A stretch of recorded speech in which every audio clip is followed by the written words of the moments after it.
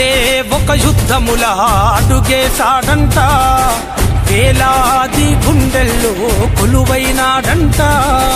అతడే ఓ ఆకలి పేగు అన్నం ఎత్తుకన్నా, అలుపన్నది లేనే లేని శ్రామికుడతడన్నా. తన తల్లి పాదాలకు వేల దండాలోరన్నా, తన రక్తాన్ని పేదల పక్షం నిలిపెను చూడన్నా. అన్నా మరన్నా నీది రాజా గుణమన్నా, బలమనేరులో నా టీడీపీ జెండలెత్తి కదిలిందన్నా. అన్నా మరన్నా నీది రాజా గుణమన్నా, బలమనేరులో నా టీడీపీ జెండలెత్తి కదిలిందన్నా.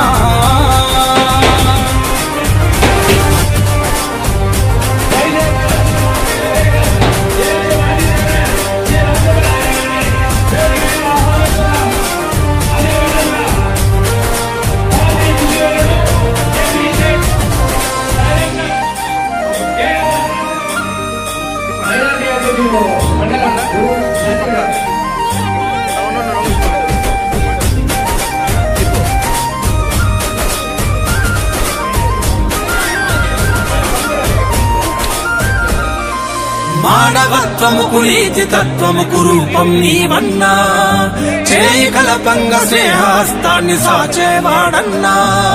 మానవత్వముకు నీతి తత్వముకు రూపం నీవన్నా, చేయి కలపంగ స్నేహస్తాన్ని సాచేవాడన్నా. అదిగో అతడంటే తోటి మిత్రుల కాదెరువు, స్నేహం చేశాడంటే తన ప్రాణమే పంచేను. తను సాయం చేయంగా ఒక అడుగు ముందుంటాడు, ప్రతిఫలమే ఆశించక సేవకు సిద్ధం అంటాడు. అన్నా మరన్నా నీది రాజా గుణమన్నా, బలమనేరులో నా టీడీపీ జెండలెత్తి కదిలిందన్నా. అన్నా మరన్నా నీది రాజా గుణమన్నా, బలమనేరులో నా టీడీపీ జెండలెత్తి కదిలిందన్నా.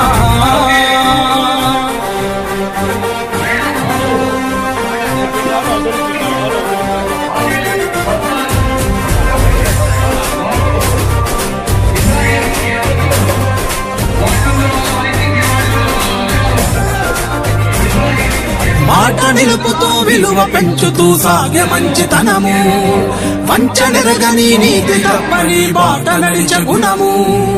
మాట నిలుపుతూ విలువ పెంచుతూ సాగే మంచితనము, వంచనెరగని నీతి తప్పని బాట నడిచే గుణము.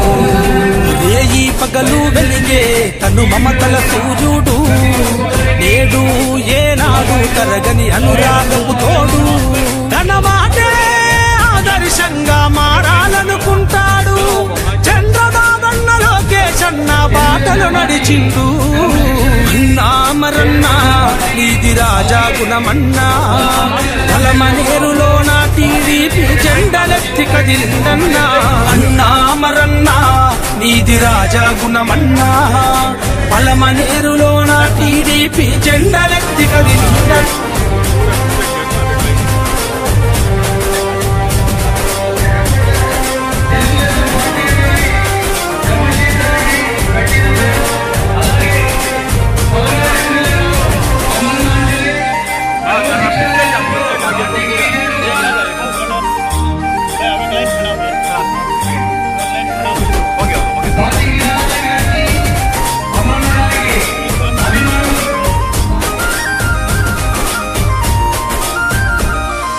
మానవత్వముకు నీతి తత్వముకు రూపం నీవన్నా, చేయి కలపంగ స్నేహస్తాన్ని సాచేవాడన్నా. మానవత్వముకు నీతి తత్వముకు రూపం నీవన్నా, చేయి కలపంగ స్నేహస్తాన్ని సాచేవాడన్నా. అదిగో అతడంటే తోటి మిత్రుల కాదెరువు, స్నేహం చేశాడంటే తన ప్రాణమే పంచేను. తను సాయం చేయంగా ఒక అడుగు ముందుంటాడు, ప్రతిఫలమే ఆశించక సేవకు సిద్ధం అంటాడు. అన్నా మరన్నా నీది రాజా గుణమన్నా, బలమనేరులో నా టీడీపీ జెండలెత్తి కదిలిందన్నా. అన్నా మరన్నా నీది రాజా గుణమన్నా, బలమనేరులో నా టీడీపీ జెండలెత్తి కదిలిందన్నా.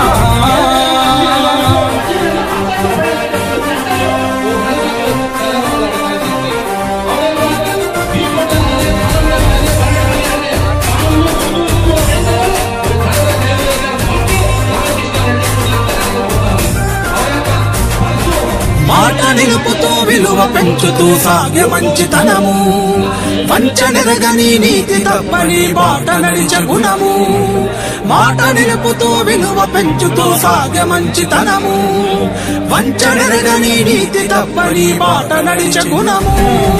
రేయి పగలు వెలిగే తను మమతల సూర్యుడు, నేడు ఏనాడు తరగని అనురాగపు తోడు, తన మాటే ఆదర్శంగా మారాలనుకుంటాడు, చంద్రబాబన్న లోకేశన్న బాటలు నడిచిండు.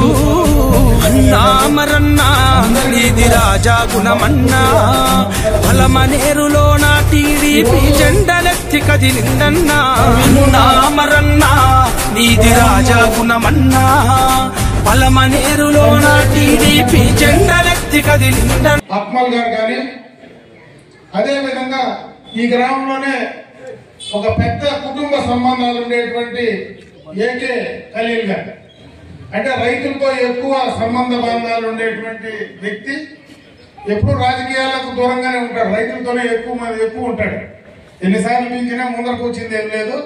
ఈ రోజు మనసు పెట్టి ఇక్కడికి రావడం, వారి అందరూ కూడా వారు కావచ్చు, వారి కుటుంబానికి సంబంధించినటువంటి చాలా మంది ఈ మసీదు వీధిలో ఉండేటువంటి ఈ ప్రాంతం కావచ్చు, అదేవిధంగా కాజీపేట నుంచి కూడా చాలా మంది ఈరోజు తెలుగుదేశం పార్టీలోకి చేరడం నిజంగా కూడా చాలా సంతోషం అని చెప్పి తెలియజేసుకుంటూ వారందరినీ మనస్ఫూర్తిగా తెలుగుదేశం పార్టీలోకి ఆహ్వానిస్తూ రేపు భవిష్యత్తులో తెలుగుదేశం పార్టీ పరంగా వారికి ఏ కార్యక్రమం వచ్చినా, ఏ సమస్య వచ్చినా అన్ని రకాలుగా కూడా పార్టీ వాళ్ళకు అండగా ఉంటుంది. ఈ ప్రాంతంలో జరిగేటువంటి అభివృద్ధి సంక్షేమ కార్యక్రమాల్లో వారందరూ కూడా భాగస్వాములు కావాలా.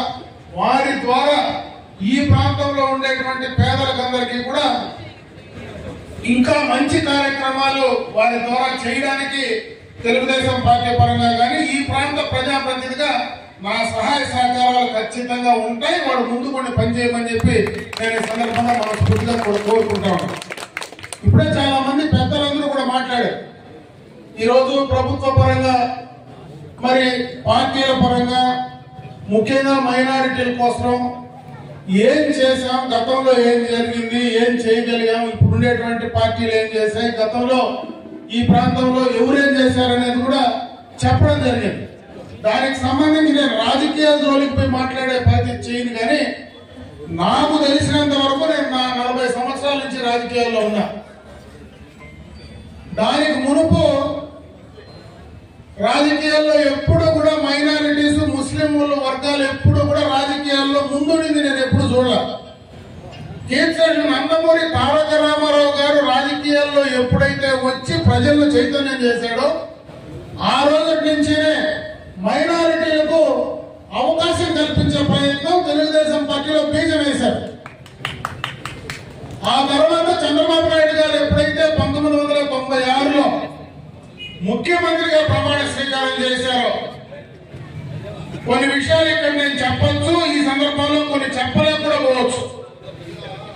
ఆనాడే మైనారిటీల కోసం ఒక ప్రత్యేకమైనటువంటి కార్యాచరణ తీసుకోవడం, ముఖ్యంగా మైనారిటీ, ముస్లిం మైనారిటీ పిల్లలు చదువుకు దూరంగా ఉంటారు, చిన్నప్పుడే వాళ్ళని పనులకు పంపించేటువంటి కార్యక్రమాలు చేస్తారు, వాళ్ళని చదివించాలా, వాళ్లకు ఉపాధి అవకాశాలు కల్పించాలా, వారికి సంబంధించినటువంటి సంక్షేమ కార్యక్రమాలు ప్రత్యేకంగా మైనారిటీలకు చెయ్యాలా అనేటువంటి ఆలోచన మొట్టమొదట చంద్రబాబు నాయుడు గారు వచ్చిన తర్వాత కీర్తి నందమూరి తారక రామారావు గారు వేసినటువంటి బీజానికి కార్యాచరణ తీసుకొచ్చింది మాత్రం తెలుగుదేశం పార్టీ చంద్రబాబు నాయుడు గారు చెప్పక తప్పదు.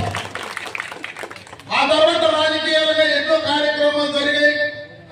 దేశంలో రకరకాల సందర్భాల్లో కొన్ని విషయాలు మాట్లాడాల్సి వస్తే ధైర్యంగా కొన్ని విషయాల్లో మైనారిటీలకు సంబంధించి వారికి ఎక్కడైనా అన్యాయం జరిగినా, ఇబ్బంది జరిగినా భయపడకుండా భారతదేశంలో మాట్లాడిన వ్యక్తి మాత్రం చంద్రబాబు నాయుడు గారు. దాని మూలాలను నేను బోధించుకోలే. అదేవిధంగా ఈ రోజు ఎన్నో రకాలు చేస్తా ఉన్నారు. ఎప్పుడూ కూడా మైనారిటీలకు సంబంధించినటువంటి మసీదులకు గతంలో ఎప్పుడు ప్రభుత్వాల నుంచి డబ్బులు ఇచ్చిన సందర్భాలు లేవు. ఈ రోజు ఇమాముల మౌజములకు డబ్బులు వస్తా ఉన్నాయంటే 2014-19లో చంద్రబాబు నాయుడు గారు తీసుకున్న నిర్ణయమే. మైనారిటీలకు ఎప్పుడు ముస్లింలకు షాదీ మహల్ కట్టించినటువంటి సందర్భాలు లేవు. ఈరోజు షాదీ మహల్ అనేది ఒకటి వీరికి సంబంధించినటువంటి పేద బలహీన కుటుంబాలు వర్గాలు ఉండేటువంటి ముస్లిం సోదరులు ఎక్కడో మసీదులో నికా చేసి బయట ఎక్కడో పోయి భోజనాలు పెట్టి అంతమందికి పెట్టేటువంటి సందర్భాల్లో ఇబ్బందులు ఎదుర్కొంటారని మొట్టమొదటగా వారికి కూడా వారి పెళ్లిళ్ళు చేసుకోవాలన్నా వారికి సంబంధించినటువంటి ఆ యొక్క వర్గానికి సంబంధించినటువంటి సమావేశాలు ఏర్పాటు చేసుకోవాలన్నా వారికి ఒక స్థలం ఉండాలా, స్థలానికి సంబంధించి ఒక పక్క బిల్డింగ్ కార్యక్రమం చేయాలని భారతదేశ చరిత్రలో చేసింది మాత్రం చంద్రబాబు నాయుడు గారు అని చెప్పి సందర్భంగా గుర్తు చేస్తా ఉన్నారు. అదే కాదు, ఈరోజు ఇండ్లకు సంబంధించి శాశ్వత గృహ నిర్మాణ పథకాలు వస్తే వారికి సపరేట్ గా వారికి సంబంధించినటువంటి పట్టాలు ఇవ్వడం, వాళ్ళకి ఇండ్లు కట్టించే కార్యక్రమాన్ని చేయడం, మైనారిటీ కార్పొరేషన్ ఏర్పాటు చేసి వాళ్లకు ఆర్థిక పరంగా సహాయం అందించడం, అదే విధంగా ఉర్దూ స్కూల్స్ అంటే ఈరోజు ఉర్దూ స్కూల్స్ కి సంబంధించి ప్రత్యేకంగా వాళ్ళు ఉర్దూను కూడా అధికార భాషగా ఈరోజు ఉర్దూని అధికార భాషగా ప్రకటించింది కూడా మరి తెలుగుదేశం ప్రభుత్వ హయాంలోనే చంద్రబాబు నాయుడు గారే. ఈరోజు మక్కా మసీదుకు ఇక్కడి నుంచి మనం భగవంతుని దగ్గరికి మనం భక్తితో పోతే దాన్ని కూడా అధికారికంగా చేసినటువంటి కార్యక్రమం కూడా చంద్రబాబు నాయుడు గారే ఈ రోజు చేశారు. హజ్ హౌస్ అనేది ఎప్పుడు లేవు, ఎక్కడో హైదరాబాద్ లో ఉన్నాయి. అటువంటిది అన్ని ప్రాంతాల్లో కూడా ఈ రోజు హజ్ హౌస్లు కట్టించిన కార్యక్రమం కూడా చంద్రబాబు నాయుడు గారి హయాంలోనే జరిగిందని చెప్పి సందర్భంగా నేను తెలియజేసుకుంటున్నా. ఇవన్నీ కూడా ఏదో ఆశించో ఏదో ఓట్ల కోసమో చేసిన కార్యక్రమాలు కాదు.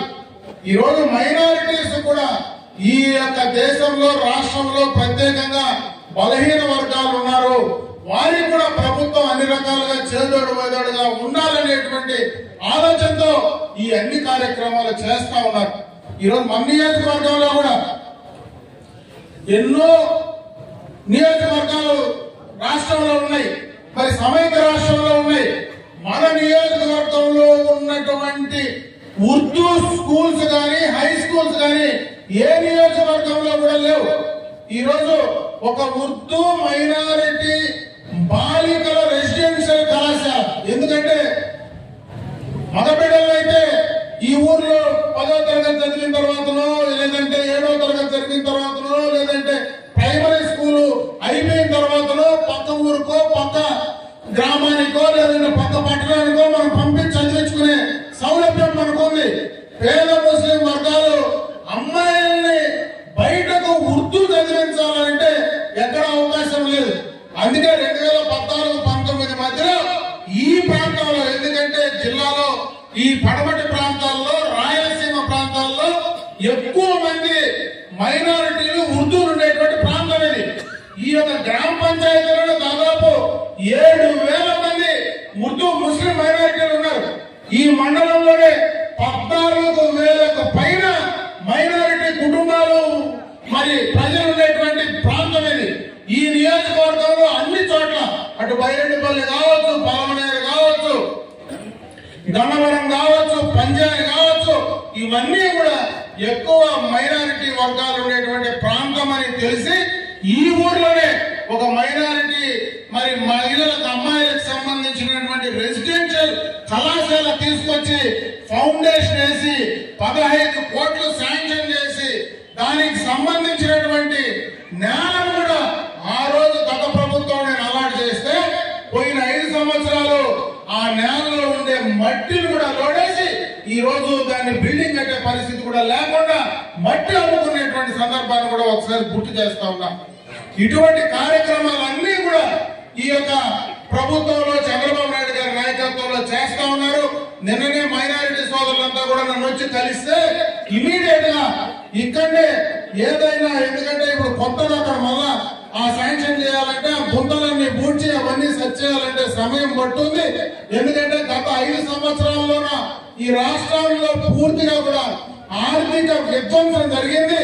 దానివల్ల రాష్ట్రంలో కూడా ఆదాయం ఉండేటువంటి పరిస్థితి లేదు. కాబట్టి ఎక్కడో ఒక చోట ఒక రెంటెడ్ బిల్డింగ్, బాడిగ బిల్డింగ్ వస్తే ఇమ్మీడియట్ గా ప్రభుత్వం నుంచి దానికి బాడిగిచ్చి అమ్మాయిలకు సంబంధించినటువంటి రెసిడెన్షియల్ స్కూల్ ఇమ్మీడియట్ గా మనం స్టార్ట్ చేద్దాం, రెడీగా శాంక్షన్ ఉంది ఈ రోజు కూడా అని చెప్పి నేను చెప్పడం జరిగింది. త్వరలోనే ఆ కార్యక్రమాన్ని కూడా పూర్తి చేద్దాం. అదే విధంగా ఈ గ్రామంలో మైనారిటీలకు సంబంధించినటువంటి ఒక షాదీ మహల్ కూడా గత ప్రభుత్వంలోనే ₹1 కోట్లతో శాంక్షన్ చేసి కొంతవరకు కంప్లీట్ చేశాం. త్వరితగతిన, ఎందుకంటే మొన్ననే ముఖ్యమంత్రి గారి దృష్టికి కూడా ఇక్కడ కానీ పలమనేరులో కానీ 2 అసంపూర్తిగా ఉన్నాయి. వాటిని కూడా త్వరలోనే కంప్లీట్ చేసే కార్యక్రమాన్ని తీసుకుందామని చెప్పి తెలియజేసుకుంటా ఉన్నాను. ప్రధానంగా ఈ యొక్క ప్రాంతంలో, ఎందుకంటే ఈ మసీదు ఏరియాలో ఉండేటువంటి ముస్లిం మైనారిటీలు ఎక్కువ మంది, ఇక్కడ చాలా మంది ఉపాధి లేదని చెప్పి ఇప్పుడే మన ఇక్బాల్ భాయ్ గారు చెప్తా ఉన్నారు. రాబోయే కాలంలో, ఎందుకంటే ఈ ప్రాంతానికి ఒక ప్రత్యేకత ఉంది. ఇప్పుడు మనకి ఎక్స్ప్రెస్ వే మన పక్కనే పోతా ఉంది. బెంగళూరు, చెన్నై చాలా దగ్గర ప్రాంతంగా వచ్చే పరిస్థితి ఉంది. పక్కనే చంద్రబాబు నాయుడు గారు రామకుప్పంలో ఎయిర్పోర్ట్ కూడా ల్యాండ్ అక్వైర్ చేస్తా ఉన్నారు. దాని కనెక్టివిటీ కూడా ఇస్తా ఉన్నారు. నిన్ననే రామకుప్పంలో ఒక మంచి ఇండస్ట్రీ ఫౌండేషన్ కూడా చంద్రబాబు నాయుడు గారు మన బార్డర్ లోనే కూడా వేయడం జరిగింది. రాబోయే కాలంలో ఎక్కువ పరిశ్రమలు ఈ ప్రాంతంలో వచ్చే అవకాశాలు ఉన్నాయి. దాని ద్వారా ఉపాధి అవకాశాలు పెంచుకోవచ్చు. ఇంకో పక్క ఇక్కడ ఉన్నటువంటి మైనారిటీ యువత ఎవరైనా, మేము సొంతంగా మనం ఏదైనా మరి చిన్న పరిశ్రమలు పెట్టుకుంటామంటే ఎంఎస్ఎంఈ ద్వారా చిన్న మేము చేసుకుంటామంటే ఈరోజు ప్రభుత్వంలో మంచి అవకాశాలు ఉన్నాయి. చంద్రబాబు నాయుడు గారు కూడా ప్రతి కుటుంబానికి, ప్రతి ఇంటికి ఒక పారిశ్రామికవేత్తను తయారు చేయాలా అనేటువంటి ఉద్దేశంతో కార్యక్రమాలు చేస్తూ ఉన్నారు. కాబట్టి ఎవరైనా చదువుకున్నటువంటి యువకులు కానీ మరి ఆ యొక్క పని చెయ్యాలా అనేటువంటి ఆలోచన ఉంటే ఖచ్చితంగా ముందుకు రండి. ఖచ్చితంగా మీకు ఆ ఎంఎస్ఎంఈకి సంబంధించినటువంటి కార్యక్రమాల్లో భాగస్వాములు చేసి ప్రభుత్వ పరంగా మీకు వచ్చేటువంటి సబ్సిడీస్ ఏవైతే ఉన్నాయో అవన్నీ కూడా కోఆర్డినేట్ చేసి ఆ సబ్సిడీలు ఇప్పించే బాధ్యత కూడా ఖచ్చితంగా కూడా మేము తీసుకుంటామని చెప్పి తెలియజేసుకుంటూ ఆ రకంగా ముందుకు పోయే ప్రయత్నం చేయమని చెప్పి మరొకసారి మిమ్మల్ని అందరినీ కూడా కోరుకోవడం జరుగుతూ ఉంది. ఎందుకంటే ఈ ప్రాంతంలో ఎప్పుడు వచ్చినా కూడా ఈ యొక్క ఏరియాలో ఉండేటువంటి ముస్లిం మైనారిటీలు ఈ రోజు మనకి ఇక్కడ అక్మల్ గారు కానీ అదే ఖలీల్ గారు కానీ ఇద్దరు కూడా వచ్చినారు. చాలా పెద్ద కుటుంబాలు. మాకు ఎప్పుడు కూడా ఇక్కడ పార్టీ పరంగా, ఎందుకంటే ఉండేది ఓపెన్ గా మీతో మాట్లాడాలా, పార్టీ పరంగా మాకెప్పుడు అంత బలము లేకపోయినా మేము పార్టీలు చూసే కార్యక్రమాల్లో చేయలేదు. ఖచ్చితంగా ఇక్కడ ఉన్నటువంటి పేద ముస్లింలకు ప్రభుత్వ పరంగా చంద్రబాబు నాయుడు గారు ఏం చేయాలో అవన్నీ కూడా చేసి ఇచ్చే కార్యక్రమాన్ని తప్పకుండా మేము తీసుకుంటాం. ఏదో రాజకీయాల కోసమో ఓట్ల కోసమో ఇప్పుడు వచ్చి చెప్పేటువంటి కార్యక్రమం కాదు, ఈ సందర్భం కూడా కాదు. కాబట్టి ఖచ్చితంగా ఆ కార్యక్రమాలన్నీ కూడా చేసి ఇవ్వడానికి మీకు అందుబాటులో ఉండి చేయిస్తామని చెప్పి మరొకసారి తెలియజేసుకుంటూ సెలవు తీసుకుంటున్నా. జై హింద్. ఇప్పుడు ఈ కార్యక్రమం గురించి మన పెద్దలు ఓన్ ఆఫ్ చెప్పాల్సిందిగా తెలియజేస్తాం.